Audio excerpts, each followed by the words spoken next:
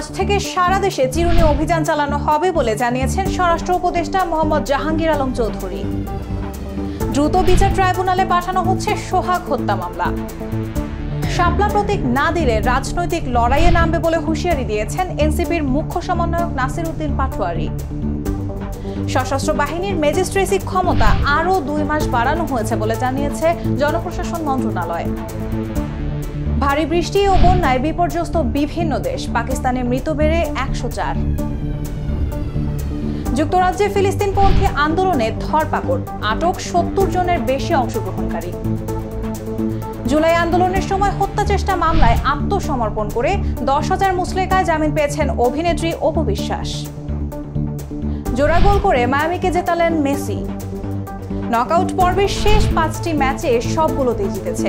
এবার বিশ্বজয়ের অপেক্ষায় পিএসজি।